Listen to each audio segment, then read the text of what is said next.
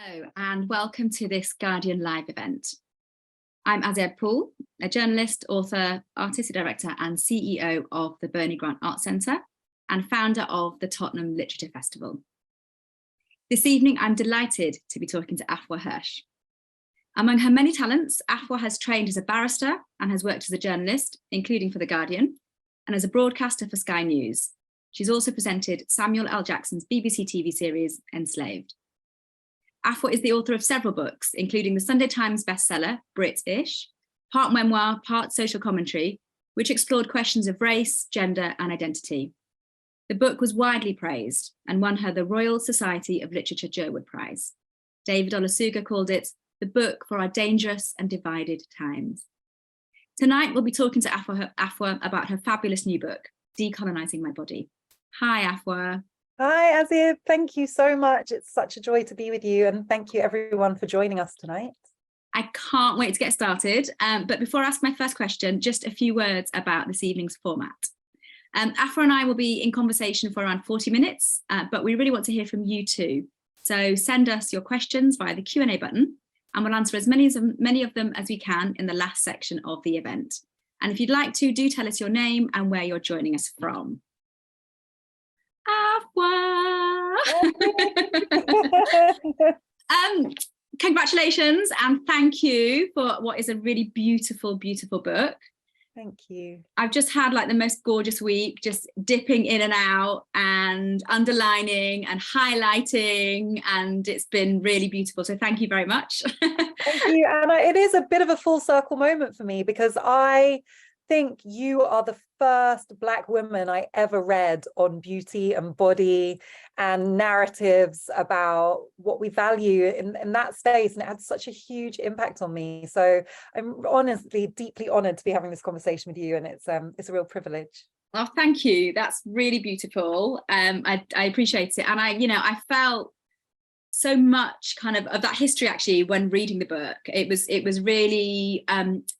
You were really honest about kind of the shoulders that you were standing on. Lots of writers, way better than me, the Audre Lordes of this world, the bell hooks of this world. But so I appreciate the thank you, but also I appreciate the way that you kind of reference lineage. And when you're talking about ancestry, you're talking about it in terms of influence as well as in terms of the bodily kind of piece. But we'll get to all of that.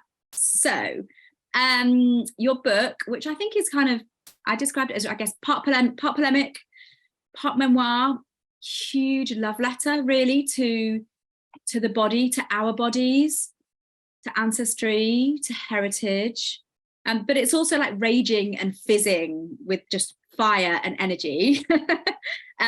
You've got chapters in there around of title kind of blood, beauty, sexuality, skin, death, and the whole thing is just, there are these really strong themes around embodied resistance, really.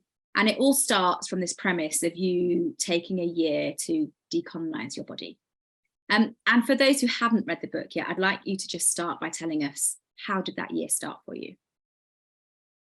When I turned 40, I had something like an epiphany.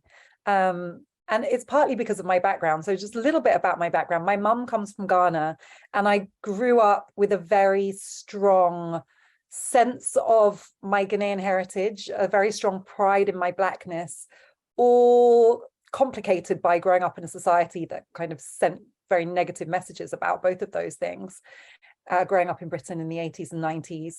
But I think one thing when we talk about race and empire, we often talk about them as external factors, which of course they were in the world, but we talk less about the ways we've internalized and metabolized those ideas about our heritage being inferior or less than, or that success and progress is assimilating into Eurocentric ideas or into British cultural norms. And one of the ways that internalization happens, I think, is through our own families. Many of our parents, grandparents were born in the empire and were brainwashed really from an early age that English was superior to their own languages, that Christianity was superior to their own faith, that English cultural norms and modes of behavior were more civilized than their own traditions. And so that's, for many of us, been passed down, whether intentionally or not. And one of the narratives that I inherited in my family was this idea that the traditional scarification and tattooing practices that women in my ancestral line and many indigenous societies, from the Arctic to the Amazon, from pre-Christian Europe to China, that all of these indigenous cultures, and it's incredible how much continuity actually and similarity there is, practice these rituals that were, especially for women, ways of celebrating your aging body, your milestones, your rites of passage, the sheer act of survival and being part of a community and identity. And in my family, I was raised with the idea that these were practices that belonged in the past, and that we'd happily put them aside and learnt the error of our ways and become much more modern, civilized Western people in the way that we think about our bodies. And I would never have said it like that, but I never really questioned the idea that that was something that belonged in the past. And then when I turned 40, I started to think in a different way. Some people I know started to think about surgical procedures, medical interventions, ways of often going under a knife to preserve an illusion of youth, because of course we're all told that youth is beautiful and youth is desirable, and we lose status and value as we age. And so the epiphany I had was that I find it completely socially acceptable and normal to do violence to my body to conform to an illusion that youth is better.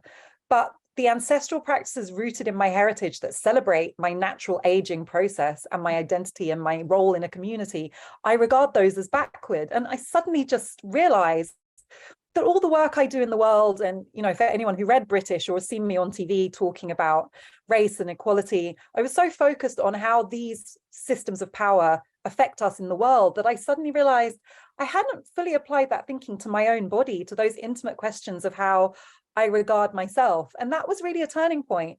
And I set out on my 40th year to be really intentional about diagnosing and analyzing and interrogating the really problematic ideas that I was still applying to my body and my life and my aging process, and very intimate things like sexuality and menstruation and fertility and death, as you said.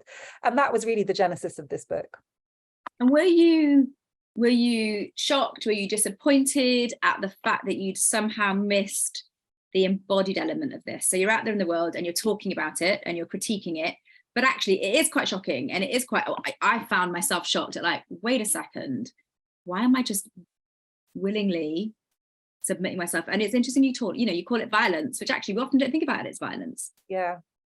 I'm surprised and I'm not surprised. I'm surprised because the dissonance between who I thought of myself as a very enlightened, progressive, someone who's worked really hard on my self-education, because of course none of our educational institutions equip us to have this knowledge, and I often encourage other people to self-educate. So to realize that I wasn't as far along that journey in some respects myself as I realized was surprising. But on the other hand, the more I thought about this and researched it and worked on this book, the more I wasn't surprised, because it's by design that the modernity that we are living in is dependent on us being detached from our indigenous knowledge systems. You can't have global capitalism that appropriates natural resources and land and minerals in the way that it does if you still allow a reverence for nature and for harmony and for the kinds of values that all indigenous knowledge systems have over millennia developed ways of living in the earth in a sustainable way. And I think our modern world, especially through globalization and empire, has been dependent on breaking those connections so that we can accumulate wealth at such huge levels, so that we can have economies based on consumption. None of things that our ancestors in a way had so much wisdom to know that while that seems attractive on one level, there's such a level of destruction inherent in it. And I think this is in a way also a turning point for all of us, because I think we're all seeing the limits of this capitalist consumption world, that we are destroying the planet and we're destroying our own futures, and there's something inherently self-destructive about it. And so it's not surprising. It was by design. It's not something that went wrong. It was deliberately done. And there's a really strong gender aspect to it as well, because one thing I found fascinating, some of the oldest mummified tattooed remains in the world have been found in Europe, and many of them are women. And if you look at the history of the Christian church, for example, there were very deliberate attempts to stop women feeling that level of agency and pride in their aging bodies, that was a source of power that was seen very threatening to patriarchal power systems. That pattern has been repeated in many cultures and many forms of imperialism. And so I think that the things that I find so empowering and inspiring about this are the very reasons that these ideas were seen as so threatening and dangerous. So I also really recognize the privilege of living in a time which I think, you know, my parents and grandparents didn't, where I can interrogate these things and I can find a platform to share these ideas, and I can begin to really unpick the things that were perceived as received wisdom, you know, that my parents thought that globalization and assimilating into European ideas was progress.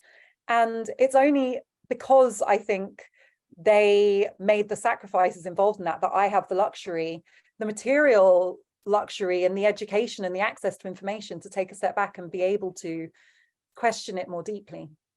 I think those interconnections and the intergenerational tensions and conversations come out really beautifully in the book. You know, you talk about speaking with your 90-something-year-old grandmother, and you also talk about deep connection with your daughter. And I think those through lines are really clear and really powerful. I also think it's really, really refreshing to hear you make the connections with, you know, colonialism and capitalism. I think often they're thought of as two separate things. And so I think where they then manifest in sort of on our bodies, yeah, but they're together, is really powerful. I'd like to invite you to read for us, please, and then we'll continue the conversation. Thank you. So I'm going to read from a chapter called Blood, which is the first chapter in the book. And I'll just do a short reading from that chapter. Ancient cultures almost all have some form of puberty initiation, from facial tattooing among the Amazigh of North Africa, hairpinning ceremonies in China, quinceañera in Latin America, bat mitzvah in Jewish cultures, the sunrise dance among the Apache, and berry fast among the Ojibwe, both native groups of North America, and the numerous diverse fertility and coming of age ceremonies across the whole African continent. Across this vast ethnic and geographical range, what many indigenous societies shared was a set of beliefs about the importance of creating space for newly pubescent girls. The initiation rituals they carried out, some lasting minutes, others lasting years, were about connecting their transition to that of their ancestors and about the sacred power of their menstrual blood.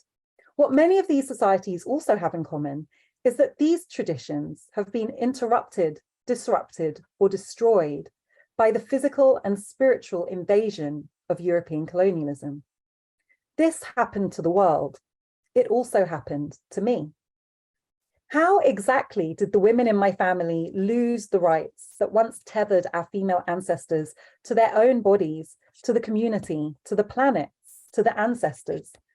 I asked my 94-year-old grandmother this question, and she thought for a while. There used to be rituals, she told me. Her grandmother and great-grandmother practiced them. But by the time she was going through puberty in 1940s Ghana, then the Gold Coast, they had been diminished so that she remembers only one thing, the cooking of eggs. When my grandmother started her period, her grandmother cooked eggs, symbolizing her newfound fertility. She felt special, she told me, given this meal of eggs, and congratulated by the women in the family. But whatever else there was to the occasion had been lost, or rendered taboo by the enthusiastic embrace of Christian rituals, baptism, and confirmation instead. Everywhere Christian missionaries encountered indigenous cultures during the colonial period, the same story was repeated. In Melanesia, in the Pacific, the Sepik Abonwari abandoned their initiation rituals and left their sacred objects to rot following the arrival of the Catholic Church. In South Africa, missionaries attacked Hosa Intonyane, girls' initiation, puberty rites, Ukwaluka, circumcision, boys' initiation rites, and Lobola, bride price. In Malawi, they weakened matrilineal inheritance and its associated rituals of menstrual rights. In Botswana, Christians condemned the puberty rituals of girls from the Swapong ethnic group as objectifying, subjectifying, and violent, even though scholars have found that the Tswapong girls' puberty ritual endows girls with an active sense of autonomy, dignity, respect, and self-respect. Prejudice so dumbed down Europeans in their encounters with unfamiliar cultures that they couldn't distinguish their most basic details. British travellers in Korea often drew the Korean and Chinese populace they encountered as Africans. It was all the same to them. Adherence to indigenous cultures was so reviled, it even trumped other sources of inferiority, such as race. For this reason, many Victorians in Britain considered Black people under the civilizing force of New World slavery superior to Black Africans, precisely because they had been distanced from indigenous practices. But away from the white gaze, determined to retain their spiritual integrity, in secret and stealth, many enslaved people still somehow managed to keep these practices alive. Thank you. Thank you. Thank you. That's beautiful. Beautiful. I think just, interrupted, disrupted, destroyed, pitted so beautifully against autonomy, dignity, and self-respect. I think that captures the book really beautifully. Thank you.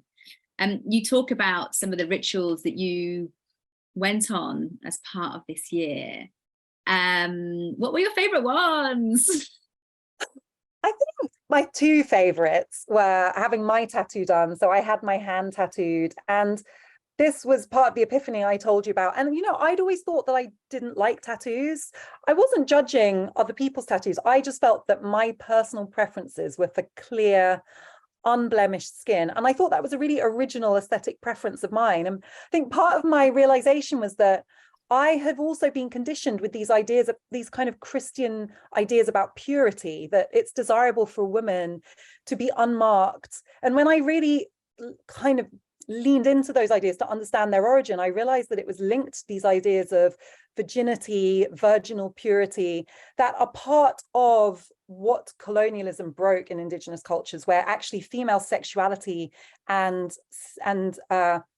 fertility were regarded as sources of power rather than as something to fear.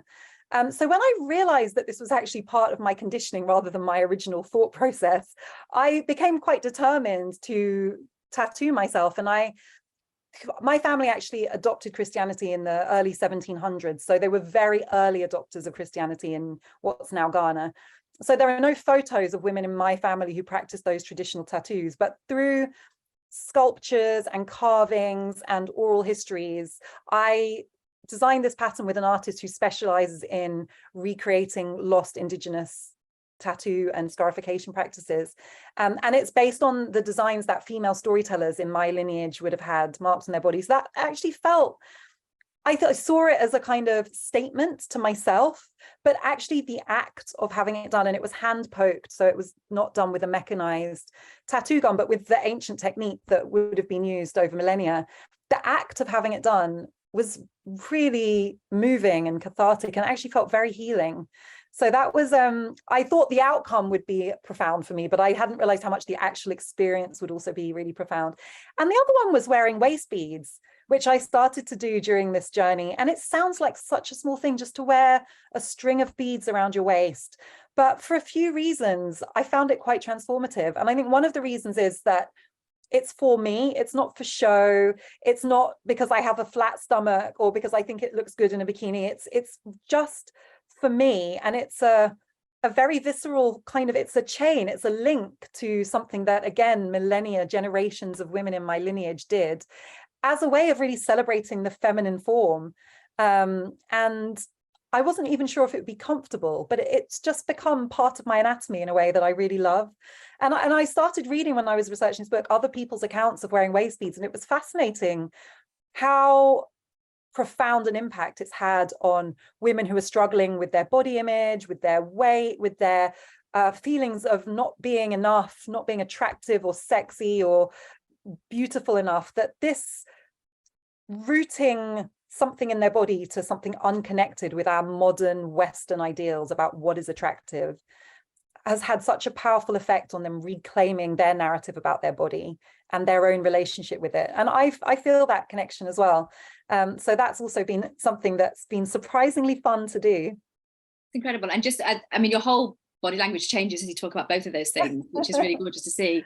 I had a similar experience, both in that also had hand poke tattoo by the same artist. By Emmy.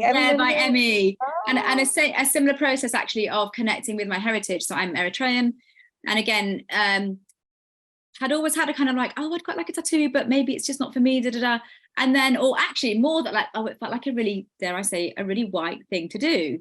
Well, right? that's a big part. And I was like, it was monopolized by a white culture that was, and a particular white culture. Exactly. Indigenous, like modern primitives. Yeah, even exactly. The language of colonialism became part of the phenomenon. The language, the visual identity, all of those pieces, and so I resisted it for a long time. And then actually the tattoo I had before was Tuka, who's also in your book. Wow, I should have interviewed you. I had Tuka for my 40th, and it was my gift to myself. And I worked with Tuka on a design, and it was my birth name, which is obviously, when you met me, I was using my other name, and now I'm using my birth name, Aziab. And the tattoo, I think, was the beginning of me decolonizing my body, and the beginning of me using my original name. And then a few years later, I had a similar experience, the one you just described with Emmy. And again, starting from the point of researching my own tattoo kind of ancestry, really. And again, tattooing is a huge part of Eritrean and Ethiopian culture. Oh, it's such a rich tattoo culture, and it's so beautiful. But you wouldn't know it unless you do the work, and especially if you're disconnected for whatever reason, if you're taken from that culture. And so I really identified with that. Did you find it, did you have any kind of imposter syndrome about so identifying yourself visually with that culture as somebody who's grown up outside it? Because that was one of the things I struggle with. Am I enough? Am I appropriating it? Am I my ancestral line? I think it was interesting. So when I had the my name, it's Aziab, and it's in Tigrinya, and it was designed with Tuka, and again I was like, oh, is this going to be? Is anyone going to even like? Had I even spelt it right? Had I even got the Tigrinya right? And I remember running it just as it happened. Tuka's old shop was next to an Eritrean cafe, and I managed to just go next door and be like, can you just check this for me? And then they gave me some tea to take. And so then I had this really spiritual moment of being in Tuka's space, sipping chai, and was like, no, this is right. That's beautiful. This is meant to be. It's okay. And I think it's funny, one of my aunties saw the second one I had, because you go bigger and bigger. That's what everyone told you that. So the one with Emmy was 2 9-hour sessions, just to warn you. And it's quite a big one, and it's on my waist. So it's kind of not, it's interesting hearing you talk about waist beads, because it's actually where waist beads might go, but it's very much on my waist, and it's for me, and it's not for anyone else, but it's bigger than I thought. And my aunt saw it, or my birth mother's sister saw it when I was getting changed, and she was initially quite shocked. And I wondered, was I about to get like admonished? And then she was just really into it. Love that. And that resonates with me. My grandmother is somebody who I would describe as socially conservative, devout Christian, quite disapproving of some of my tendencies, I have to say. I'm very close to her, and she's an incredibly powerful and influential matriarch. It's had a huge impact on my life. She doesn't approve of everything I do, as our elders often don't. And she was probably the person I was most nervous about showing my tattoos. I mean, if she saw these earrings, she would tell me that they're inappropriate for a lady. And when I showed her my tattoo, she said, does it come off? And I said, no. And she said, I like it. And that was it. That was all she said. And my heart definitely skipped a beat. And I like to think that she felt a sense of returning to something that we all lost. Yeah. So I think people can surprise us. People can surprise us. Our elders can surprise us, and are often more with us than we realize, and often did it themselves. I remember when I first went to Eritrea, seeing all of the aunties had tattoos on their foreheads. Wow. And I came back and I said to my cousin, I was like, wow, and their crosses, they were tattoos of the Coptic cross, loads of them. And these women are now like in their 70s and 80s. And I thought it was stunning. But I remember saying to my cousin, wow, they must be so devout, like they've got Coptic crosses on their foreheads. And he was like, it was just really fashionable in the 70s. I love like, that. oh, I love that. That's brilliant. But my somebody I interviewed in the book about the work she does with women weavers in Morocco, who has this incredible, and she's many generations female weaver from indigenous Moroccan heritage.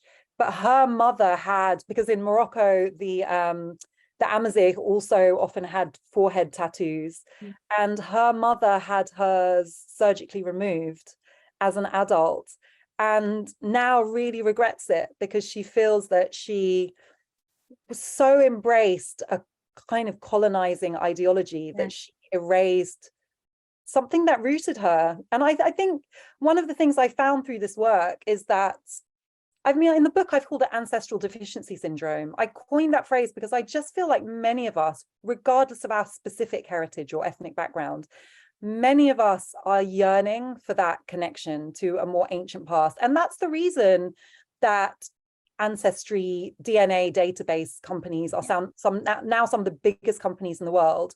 And some, I mean, 23andMe has just partnered with Airbnb, so you can now go on holiday to the place that you've traced your DNA to. And the most enthusiastic adopters of that have been white Americans who are desperately trying to find their European ancestry story.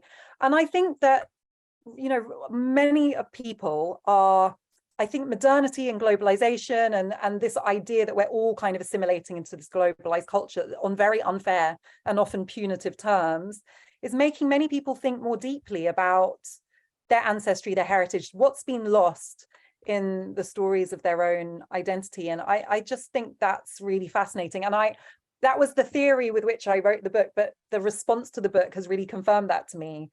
And I've been blown away by how many people have a similar instinct that something's been lost, and not through informed choice, but through coercion or through necessity. And, you know, back to what you were saying, you know, about our elders, I thought that people in my family had set aside traditions because they bought into colonial ideas.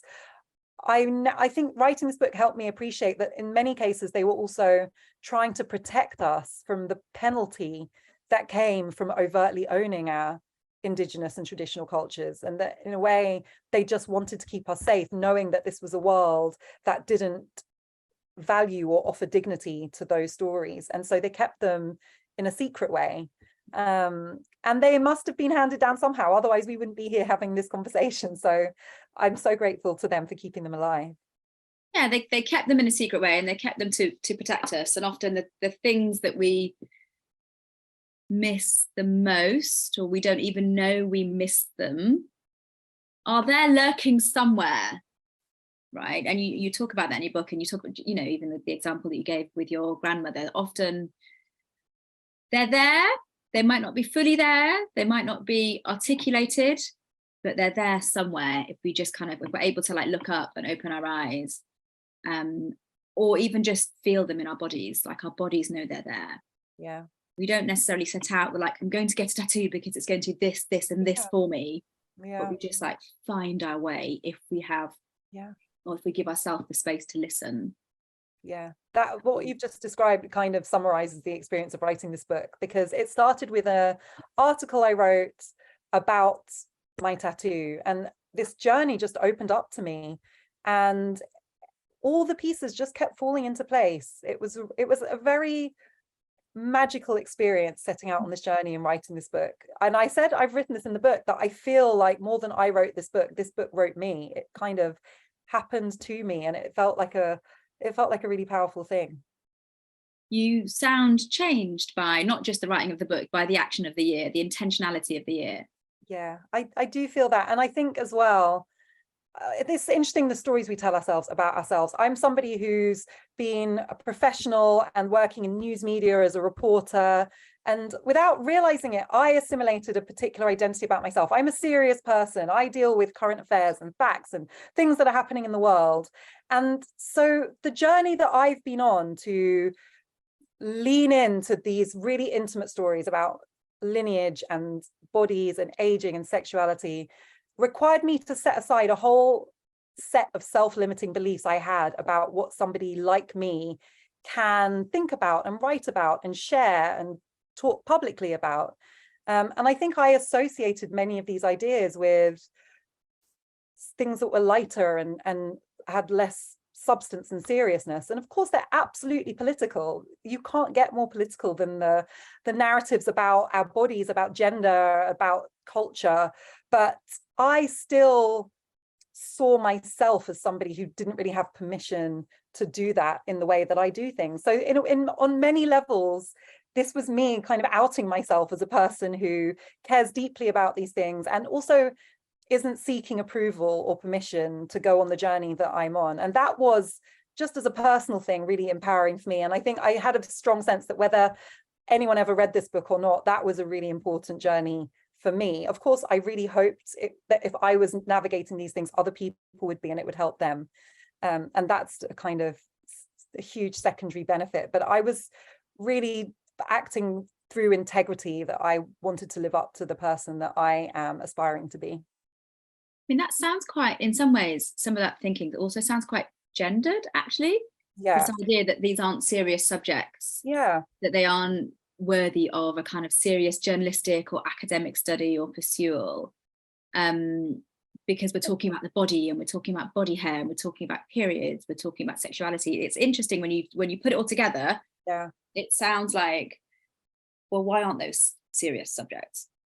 Yeah, and it's not rational. I mean, it's got no basis in objective fact. It's just narrative and ideas that I think are designed to control us and also to diminish work that is seen as the realm of women or people who are interested in culture or interested in anything that doesn't originate from Europe, frankly. Yeah.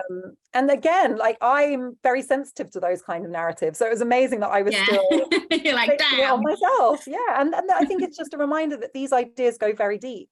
And in a way, you know, we're constantly getting bombarded with these ideas about what counts, what's valuable, what's serious, what's worth interrogating and engaging with, whose culture is more valuable and more sophisticated and more civilized. I mean, these words are so loaded, and they have such a profound history in colonial ideas and Eurocentricity and white supremacy. But we are constantly being fed these ideas and digesting them consciously and subconsciously. So of course it requires a deliberate and ongoing act of choosing a different set of ideas. And I think that, for me, the point of this book, it's not to judge anyone and say, if you do this to your body, it's good, and if you do that, it's bad, at all.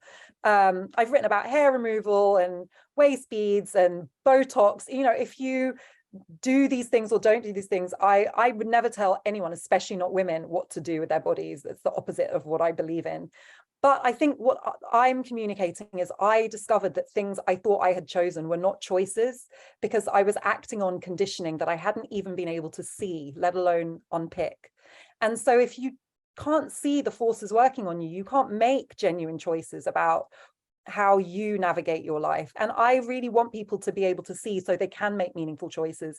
And then if you continue doing the same things, you're doing it because you chose to, not because you've been programmed to act that way by a set of ideas, which, by the way, have really toxic origins and were never designed for your well-being. They were designed for control.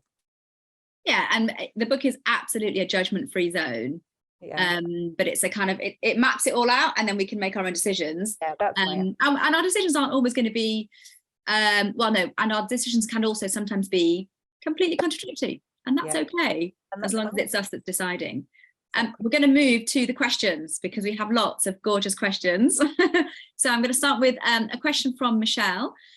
What are the first steps in overcoming internalized racism, which manifests as a shame of the Black body?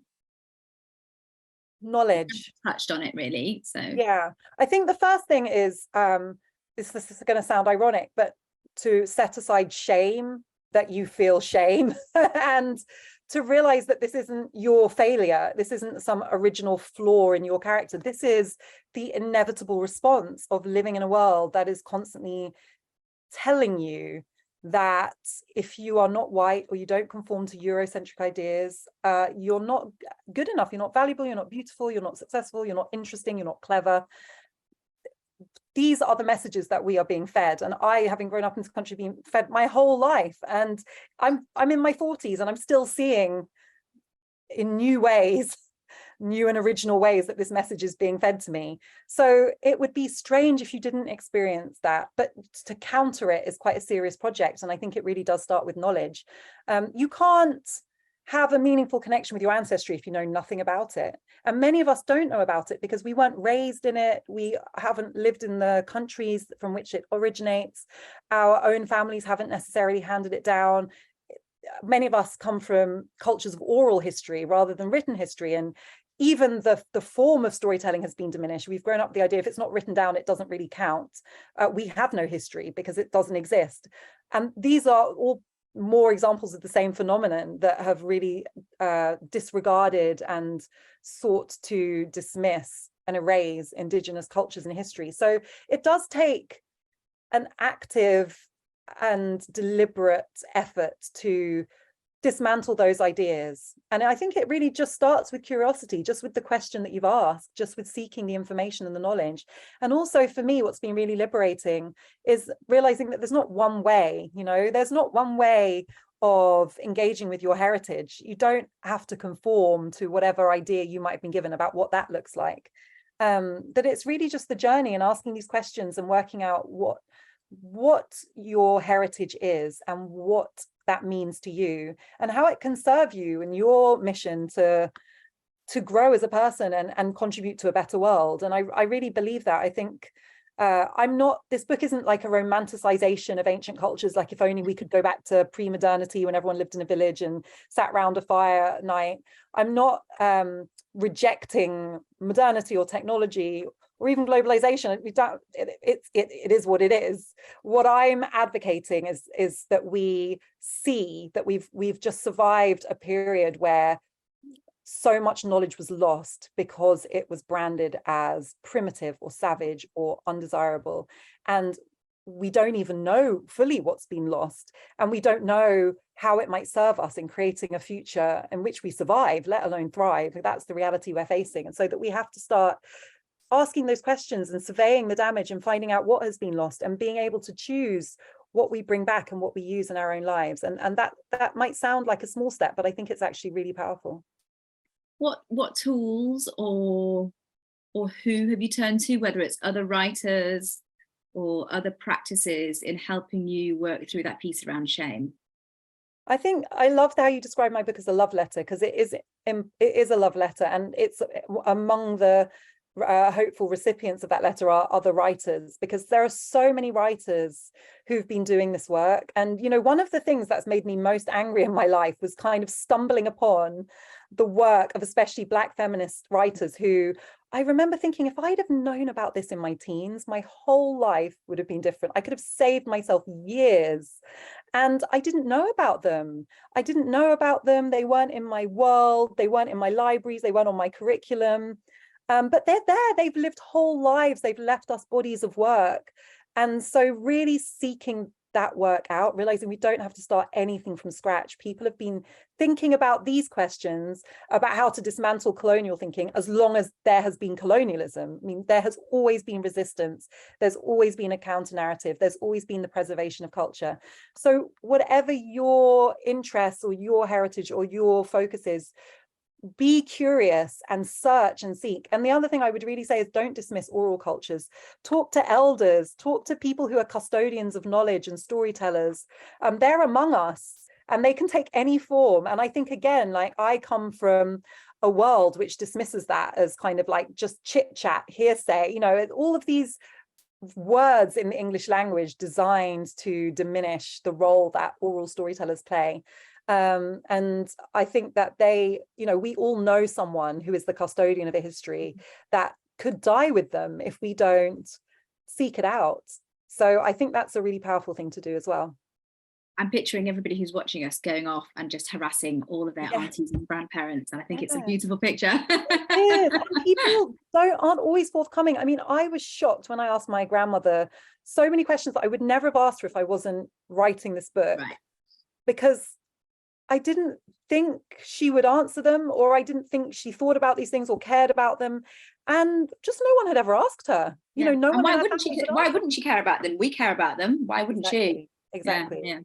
Yeah. Okay, so we've got not a question, but a comment from Samira. Beautiful tattoo indeed. Thank you. It reminds me of the Moroccan henna tattoos I had when I was a teenager, and I was so ashamed of them. All I wanted to do was to cover them up and leave out everything about my identity to fit in. But that's really poignant. Thank you. Thank you for sharing that, Samira. There's a really nice question from Issy. Has writing this book changed your relationship with your daughter? Are there lessons that you learned that you hope to pass on to her? That is a lovely question. Thank you. Yes.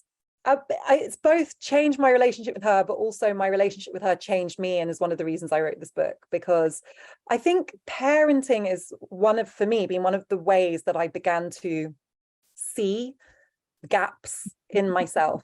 It's really shocking. I mean, it's a great way of exposing your weaknesses, apart from anything else. It's one of the great gifts it has to offer. It's like, I'm a huge hypocrite. I'm a huge hypocrite. I don't know what I'm talking about. Yes, I don't have a leg to stand on. Yes, I am a hypocrite, etc., etc. So I was really, one of the things that's preoccupied me is a sense of intergenerational trauma, intergenerational disruption, the disruption of lineage. And that sometimes can feel really overwhelming, you know, like what I wish my identity was, where I wish there was a cohesion, there are gaps, and there's a severance or a sense of not belonging. And that can feel really disempowering until you realize that you can also be a founding ancestor. You can be somebody who heals that rift and creates a new lineage. And that's a really powerful thing. And I know I don't feel quite that I have to create a new lineage, because I have many rich inheritances, but it empowered me to realize that things that have been missing for generations in my family, to actually, if I'm honest, quite destructive psychological effect, I can change. I can bring the severed pieces back together. And I became really conscious of wanting to be able to offer that to my daughter, and wanting to equip her. So, for example, I wrote about puberty. I mean, when I started my period, I wrote about this in the book. It was kind of like, here's some sanitary pads, off you go. And, you know, that was because my mother said that to me, because her mother had said that to her, and her mother said that to her because her mother had said that to her, and so on. And I went to a friend and I wrote about this, had an initiation ceremony for her daughter, to really hold space for her and say to her daughter, welcome, we are now welcoming you into the circle of women in this community. And it was funny because she invited many female friends.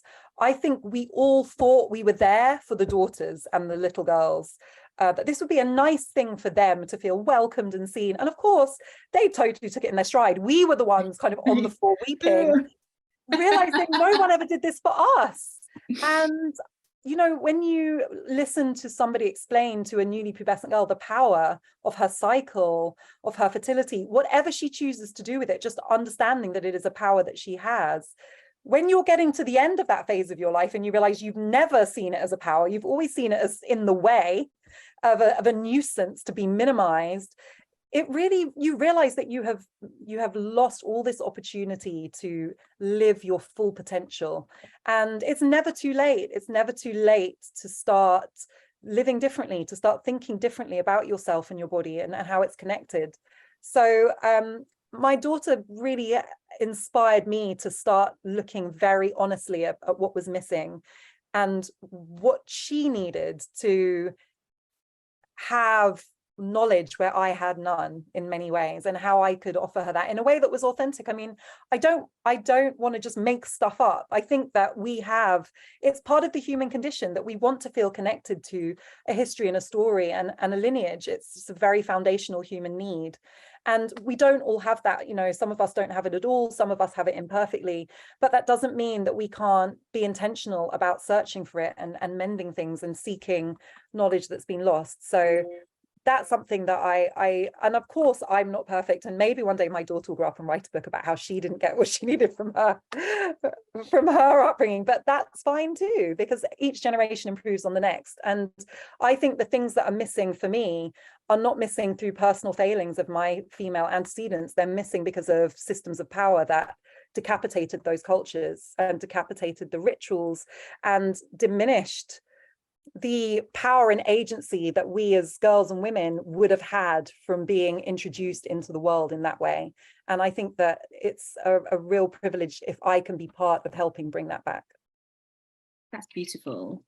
And it is really powerful hearing you think through like the lineage piece, actually. And daughters, sons, children are just incredibly astute and very good at calling us out, and B, they hold up a mirror, not just to ourselves, but also to where we were when we were their age as well. And I think there are a few things as shocking as watching your child act out the things that you've been reading about, and then you realize that they've been growing up in your household, and where you might blame the parent, you are the parent. And so it's wonderful to hear you kind of think that through. And, of course, you have the same struggles with that. And yes, I think every generation just tries to do their bit brilliantly. Exactly.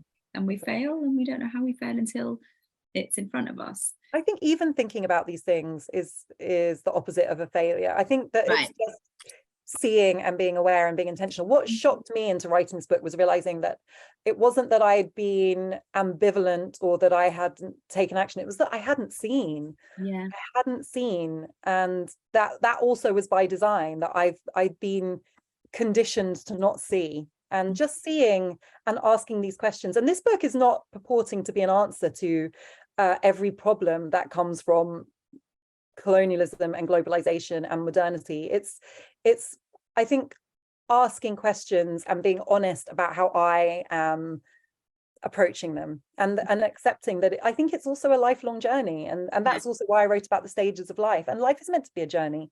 And there's a beauty in that too. Absolutely, there really is. We've got a question from Cece. If we as Black women unsubscribe from European beauty constructs, what, if any, should we replace these ideas with to empower us and become more powerful women?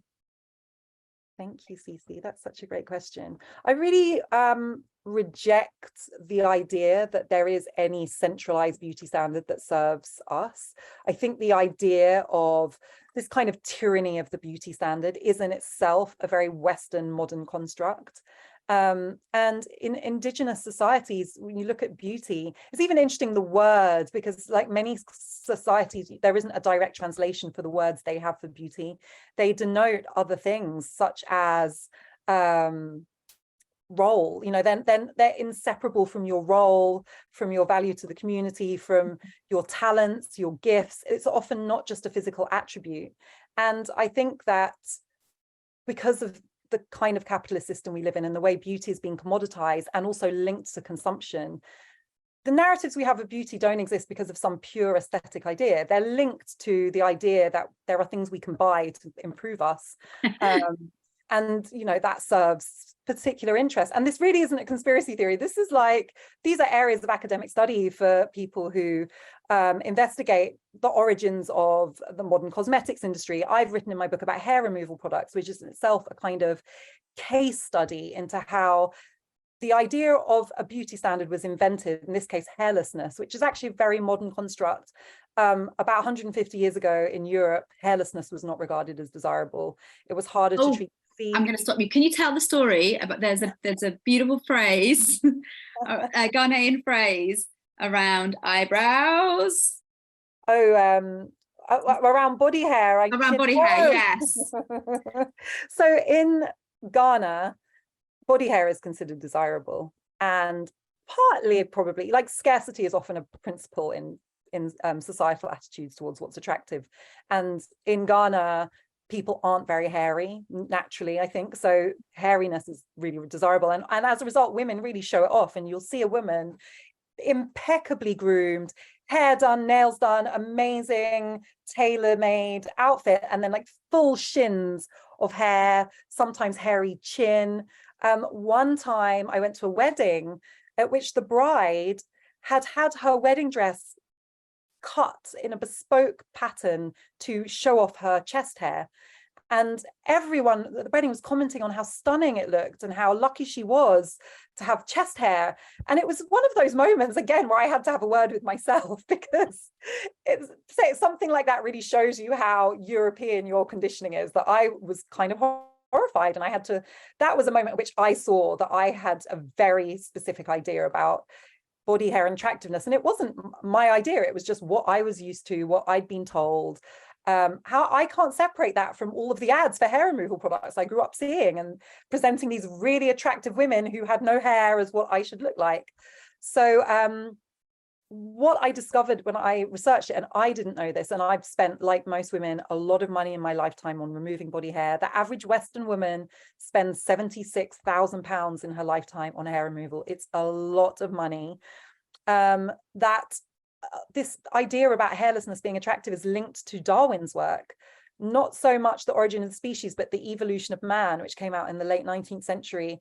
And the idea, when it became a mainstream belief that we were descended from the animal kingdom, people began, and this is very much linked to pseudoscientific racism, people in Europe began in real earnest to want to show their separation from animal species. They wanted to show in every way that they were opposite from this uncivilized past. And one of the binaries that was created was that primitive, hairy, civilized, not hairy. And that happened at the same time as industrialization crowded people into urban areas. Middle class, the growing middle class and industrialized salaries meant people could buy more meat. You started to get industrialized meat production and abattoirs. And one of the inventions of more mechanized meat production was chemicals that could effectively strip the hair from animal carcasses, especially pig and cow hides. And so, of course, some bright spark realized that if you could strip pig skin of hair with these very toxic chemicals, you could strip female skin of body hair with the same concoctions. And that was the birth of the modern hair removal industry. And so when I look at the ideological origins of the idea that you should remove your body hair, which is basically linked to pseudoscientific racism, I want nothing to do with it. When I look at the solution to this problem, which is basically toxic chemicals for stripping hair off dead animals, I want nothing to do with it. And yet, without having known any of this, I've voluntarily spent thousands of my own pounds basically doing this to my own body. So it was, again, really, I think that's an example of how understanding where these ideas come from, and that there's nothing inherently attractive about removing body hair. It's just something that we have been told we should do, and not just told, but like visually persuaded and seduced into and manipulated into by the idea that if you are attractive, you're hairless. Therefore, if you have hair, it's a kind of failing. You're not beach ready. You're not sexy. And of course, it's very powerful. You're raised on these ideas with your mother's milk. It's omnipresent. It still is. So I think the more you know about this, you might discover that your personal preference is to remove your hair. And of course, that's fine. It's up to you. It's your choice. But for me, understanding why I had the compulsion to do this was so important for me being able to reject it, because there's nothing about it that coincides with my values. I just hadn't had the knowledge to really make a choice. Thank you. So Sam asks a kind of linked question, really. What was the most shocking thing that you discovered whilst you were doing this book, in terms of the way in which, let's call it, Western beauty ideals had changed us, in terms of changed our behaviours? I think the thing that shocks me is cosmetic surgery, because I hadn't realized how widespread it is. And there are some anecdotes that really shocked me. Like, for example, one of the consequences of the wars in Iraq and Syria is that because there are so many talented, qualified medical surgeons in those countries who have not been able to do the kind of work that they used to, as the economies have become decimated, they've turned to cosmetic surgery. So they've become cosmetic surgery hubs for the Middle East. So now Mosul is like a nose job capital of the world.